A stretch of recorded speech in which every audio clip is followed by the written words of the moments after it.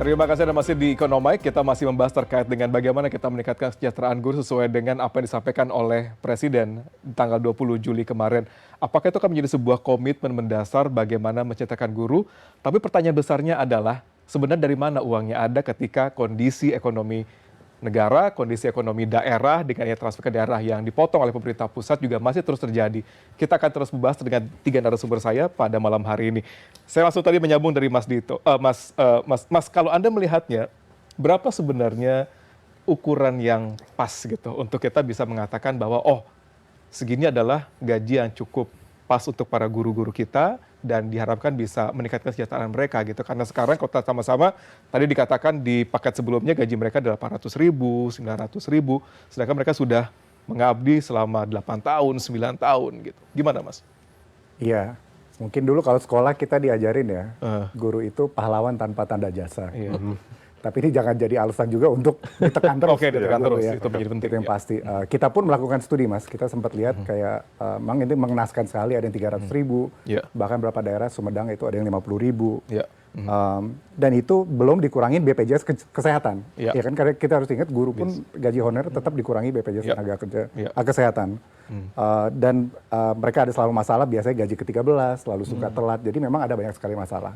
Tetapi kalau laiknya berapa, mungkin kita harus bedakan minimum wage dengan living wage.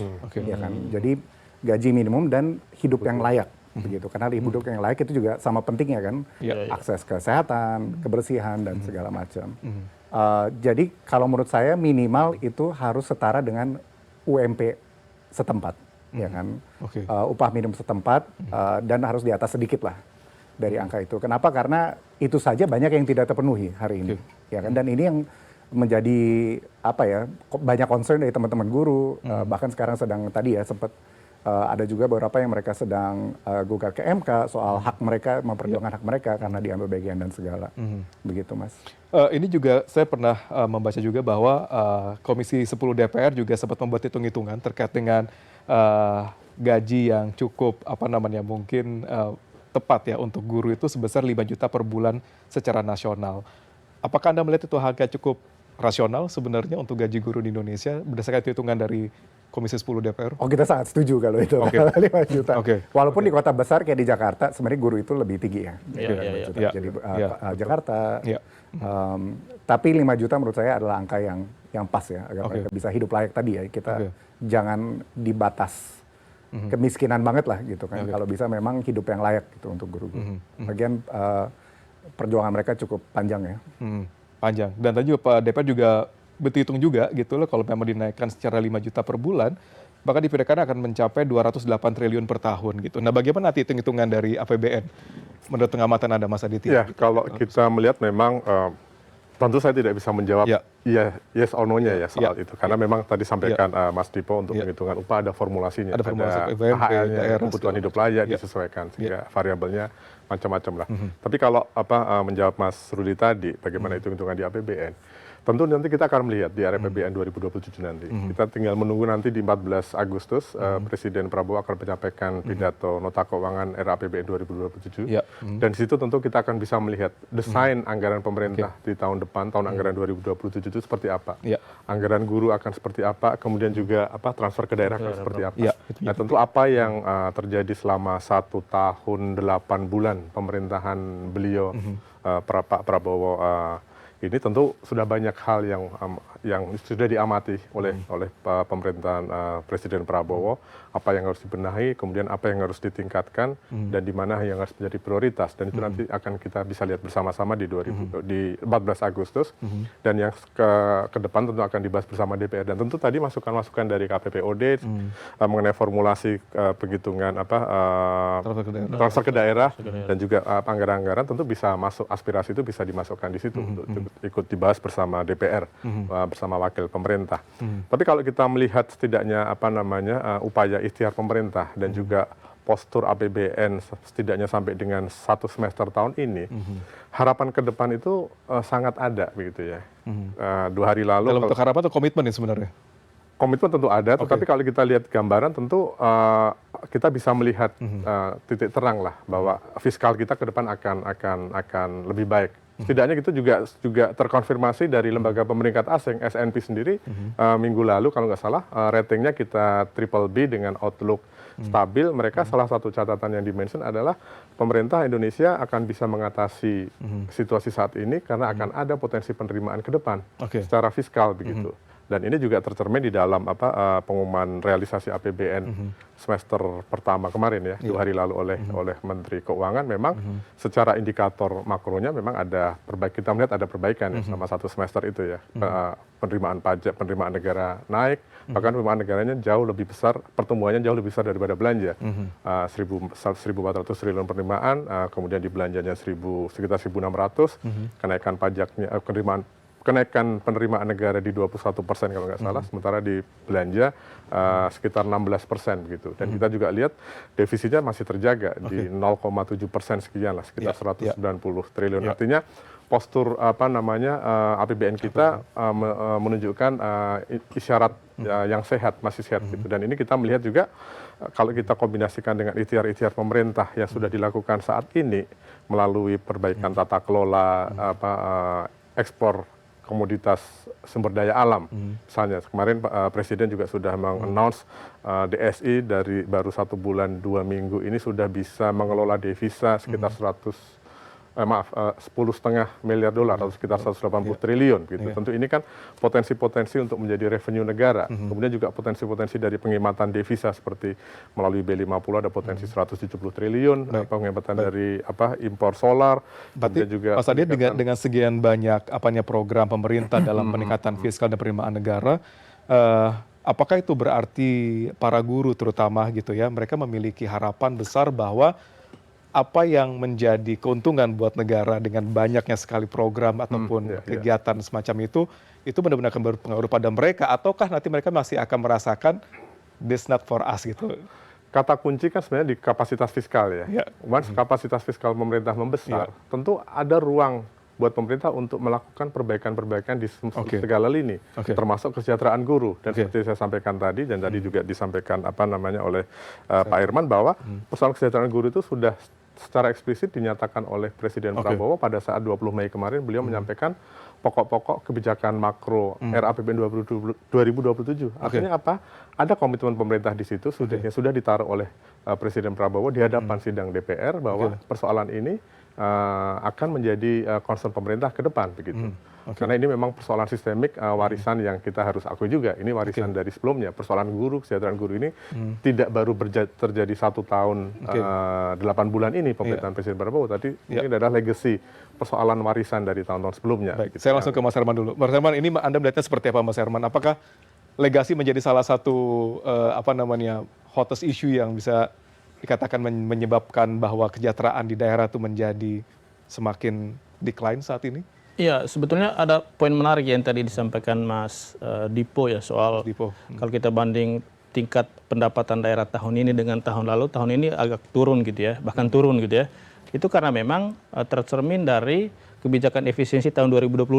Tahun 2025 itu kita ada kebijakan efisiensi tahap 1 katakanlah seperti itu ya. Yang itu sangat berpengaruh terhadap pertumbuhan ekonomi di daerah, yang itu berimplikasi pada penerimaan daerah gitu ya.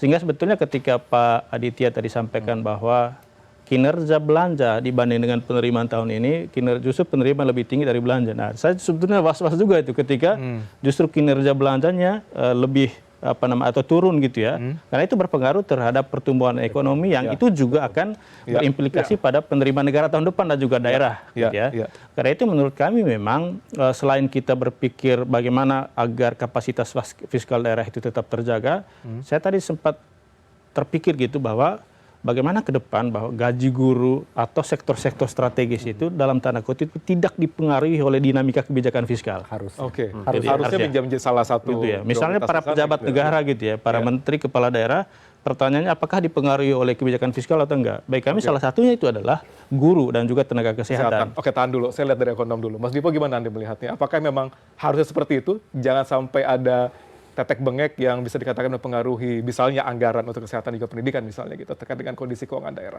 Iya, kalau dari daerah memang perlu kepastian lebih tinggi sih soal TKD ini. Ya kan? Karena buat daerah itu sangat sulit untuk memanage planning setahun, 3 tahun ke depan, ya kan? Dan buat daerah itu sebenarnya misalnya silpa gitu, sisa anggaran itu mereka tidak bisa memanage gitu, tidak seperti di pusat gitu. Jadi mereka ada sedikit constraint berbeda dengan pusat, ya kan? Jadi kepastian untuk berapa tahun ke depan itu sangat penting, apalagi terutama buat pos-pos belanja tertentu, ya kan? Itu yang selalu mereka komplain. Lalu saya mau komen juga tadi soal kapasitas fiskal. Saya setuju sama Pak Aditya. Sebenarnya ada kapasitas fiskal. Kenapa? Belanja kita semester ini, Januari sampai Juni itu naik 17%. Pendapatan pajak naik 25%. Makanya defisitnya mengecil kan. Artinya apa? Artinya sebenarnya ada kapasitas. Ya kan? Tetapi austerity atau pengurangan belanja memang hanya dilakukan di daerah, bukan di pusat. Jadi pusat belanja tetap besar, daerah dikurangin tadi TKD yang 20% itu. Gitu. Kalau saya melihatnya ini masalah, saya harapannya ini bisa diperjuangkan. Ada kesenjangan berarti kalau kayak gitu. Iya, dan memang harus diperjuangkan di DPR ya mengenai masalah belanja daerah untuk ditingkatkan ini gitu. Dan setahu saya memang sudah ada diskusi, ya kan, itu dari Banggar itu kalau nggak salah mereka 132 triliun rencananya. Ditambahkan, ya kan, karena masalah tadi P3K yang tidak bisa dibayar. Dan menurut saya semua harus berperan untuk dalam perjuangan ini ya gitu. Karena apa ya, dari pusat juga jangan terlalu tega gitu ke daerah. Ya kan, masa dari pusat begitu agresif untuk program-program prioritas, sedangkan di daerah gaji guru aja nggak bisa begitu. Saya langsung ke Mas Aditya. Mas Aditya gimana menyampaikan apa yang disampaikan oleh Mas Dipo tadi gitu. Dan bahkan tadi juga Pak Serman mengatakan bahwa pegawai-pegawai dari program prioritas pemerintah itu mendapatkan gaji yang fantastis dibandingkan dengan guru-guru yang sudah mengabdi lebih lama. Tentu ini testimoni menjadi masukan untuk pemerintah ya. Dan sekali lagi ruang untuk pembahasan itu nanti akan dibuka setelah 14 Agustus. Presiden menyampaikan nota keuangan era APBN 2027 dan disitulah mesin pembahasan DPR, pemerintah, dan tentu juga pemangku kepentingan yang terkait dengan isu-isu prioritas pemerintah, termasuk saya kira isu kesejahteraan guru dan transfer ke daerah ini akan menjadi salah satu atensi dari pembahasan era APBN kita 2 tahun depan begitu. Jadi ruang itulah yang nanti akan dimaksimalkan. Silakan jadi dari Pak Herman, kemudian Mas Dipo juga untuk memberikan satu masukan yang tentu ini kan tugas pemerintah mendengar, kemudian mempertimbangkan dan juga mengakomodasi apa yang memang menjadi harapan publik, harapan masyarakat, termasuk juga yang tadi di awal kita saksikan bersama-sama para guru yang memang kesejahteraannya masih rendah sebagaimana diakui sendiri oleh Pak Prabowo. Jadi sekali lagi ini adalah komitmen pemerintah ya, komitmen pemerintah. Jadi pernyataan Presiden di awal pekan ini di sidang kabinet itu tidak semata-mata hanya mengakui kejujuran dan kepedulian, tetapi sekaligus di situ adalah komitmen dari Presiden, komitmen dari pemerintah untuk bahwa kesejahteraan ASN guru ini ke depan akan menjadi perhatian. Baik, dengan kenaikan 17% disampaikan oleh Mas Dipo tadi, apakah kita bisa berharap bahwa komitmen itu dijalankan di tahun 2027 bahwa akan ada something different dari kesejahteraan guru di sana gitu? Apakah itu Anda melihat akan menjadi arahnya ke sana? Iya, gitu? Tentu saja arahnya akan ke sana. Peluang ke sana sudah ada, sudah terbuka seperti yang tadi disampaikan dan Mas Dipo ya mengenai fiskal kita memang pergerakannya sekarang ini memberikan ada ruang untuk ke sana begitu. Dan sekali lagi dengan komitmen politik Presiden, kemudian juga dengan masukan-masukan tadi, tidak ada alasan buat pemerintah untuk tidak memberikan perhatian pada persoalan-persoalan yang saat ini sedang kita bahas ini. Baik. Saya langsung ke Mas Herman. Anda melihat kira-kira kebocoran gitu. Tadi kan dikatakan ada dua item yang bisa dikatakan harus dibenahi. Pertama, reformasi birokrasi dan juga fiskal daerah. Anda melihatnya dengan kondisi birokrasi saat ini di daerah, apakah itu juga menjadi salah satu penentu semakin sulitnya kesejahteraan terjadi di daerah meskipun daerah-daerah yang dikatakan memiliki sumber daya alam cukup baik gitu? Ya, sebetulnya kan kalau kita lihat di peta jalan reformasi birokrasi itu kan ujungnya itu adalah optimalisasi pelayanan publik ya. Dan pelayanan publik itu tercermin atau berasal dari semua urusan yang ada di bawah kewenangan pemerintah daerah. Nah, pada tataran implementasinya di daerah seringkali antara urusan yang diterima atau menjadi kewenangan daerah dengan manajemen ASN termasuk di dalam tenaga honorer itu seringkali tidak bertemu gitu ya. Sehingga antara perekrutan ASN dengan kebutuhan pelayanan publik itu seringkali itu tidak kompatibel satu sama lain. Baik, kami sebetulnya jadi momentum juga bagi pemerintah daerah dan tentu kepada pemerintah pusat, lebih utama lagi pada Kementerian Dalam Negeri untuk melakukan pembinaan pengawasan terkait dengan bagaimana mensinkronkan antara kebutuhan program dengan tenaga yang dibutuhkan. Itu yang pertama gitu ya. Kemudian yang kedua, setelah mendengar pidato Bapak Presiden beberapa hari lalu itu, saya sih sempat kayak berharap gitu ya, beberapa kementerian itu bisa bertemu untuk membahas itu. Kementerian Dalam Negeri, Kementerian Keuangan, Kemenpan RB, atau bahkan pun melibatkan Kemenko Perekonomian. Bahkan sebetulnya Wakil Presiden sebagai dewan pertimbangan otonomi daerah itu bisa menjadi panglima juga untuk gitu ya. Untuk apa? Untuk menyelaraskan antara seperti apa arah reformasi di daerah dengan dukungan fiskal yang kompatibel tadi, Mas. Itu yang menurut kami jadi satu langkah yang mestinya ditindaklanjuti oleh para menteri yang terkait itu dari pidato Bapak Presiden. Yang tadi disampaikan oleh Mas Herman tadi terkait dengan bagaimana anggaran untuk kesehatan pendidikan itu jangan sampai dicewe-cewe juga gitu. Itu menjadi anggaran yang benar-benar rigid gitu ya dari pemerintah daerah karena menjadi salah satu tulang punggung dari pelayanan publik di daerah juga untuk meningkatkan perekonomian. Saya langsung ke Mas Dipo terakhir. Mas Dipo, Anda melihatnya seperti apa nanti ke depannya dengan ruang fiskal yang bisa dikatakan sekarang juga cukup membaik dikatakan seperti itu. Apakah change 2027 kesejahteraan guru yang disampaikan oleh Presiden akan benar-benar terrealisasi ataukah memang dengan kondisi birokrasi yang juga sekarang kita dengar sama yang ada kebocoran korupsi segala macam, apakah itu akan menjadi salah satu hambatan guru akan lebih sejahtera di tahun ke depan? Ya, saya sih berharap sangat banyak ya bahwa diskusi nanti di Agustus itu sangat pro guru. Jujur saja, ini betul memang masalah yang sudah sangat lama mungkin dari pemerintahan sebelumnya. Dan isu ini memang sedikit struktural ya. Seperti yang saya bilang tadi, isu P3K ini bukan hanya di daerah-daerah kok. Di Jakarta juga ada Dinkes itu hari ini demo gitu, minta gaji ke-13. Jadi ini memang ada masalah struktural sepertinya di masalah penggajian P3K ini. Dan kalau saya membacanya saat ini mungkin betul perlu ada perbaikan di daerah, itu betul. Tapi pusat juga sepertinya masih agak tarik ulur mengenai proses ini. Ya kan? Jadi kalau dari Pak Tito dia bilang contohnya dia bilang, efisiensi dulu deh, nanti baru kita transfer DBH-nya. Ada semacam apa ya? Salah satu reformasi inilah. Iya, dilihat dulu di daerah gimana nih. Gitu. Iya, ya lu benerin dulu lah. Benerin dulu semuanya deh gitu. Baru kita transfer. Tetapi menurut saya ini permainan ini jangan terlalu lama juga. Ya, again karena banyak sekali isu-isu tadi ya soal kesejahteraan ini sudah menjadi masalah, apalagi melihat ketidakpastian global juga ya, global dan ekonomi gitu. Dan kita ada kapasitas, ya kan pemerintah pusat. Again, belanjanya tuh naik, pendapatan pajaknya naik 25%, itu nggak kecil loh, ya kan itu suatu pencapaian sebenarnya pemerintah. Ya kan harusnya dan bagaimana pencapaian tersebut bisa digunakan untuk lebih mensejahterakan guru terutama. Betul. Jadi ini masalah keberpihakan aja, masalah mau belanja ini mau taruh di mana. Porsi yang akan kemana. Itu yang menarik. Sampaikan oleh Mas Aditya juga udah ada komitmen pemerintah di sana. Kita tunggu kira tanggal 14 Agustus seperti apa.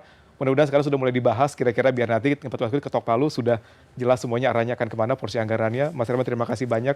Menarik juga tadi kita berbicara terkait dengan bagaimana otonomi daerah ini. TKD juga seperti apa gitu ya. Mas Aditya, thank you juga terkait dengan apa yang disampaikan tadi. Dan ini adalah akhir dari Ekonomik malam hari ini. Dan tetap ingat episode kali ini memang udahan, tapi semoga wawasan dan cuan terus berjalan. Saya Ruli Kurniawan, terima kasih. Sampai jumpa. Terima kasih Mas Andi.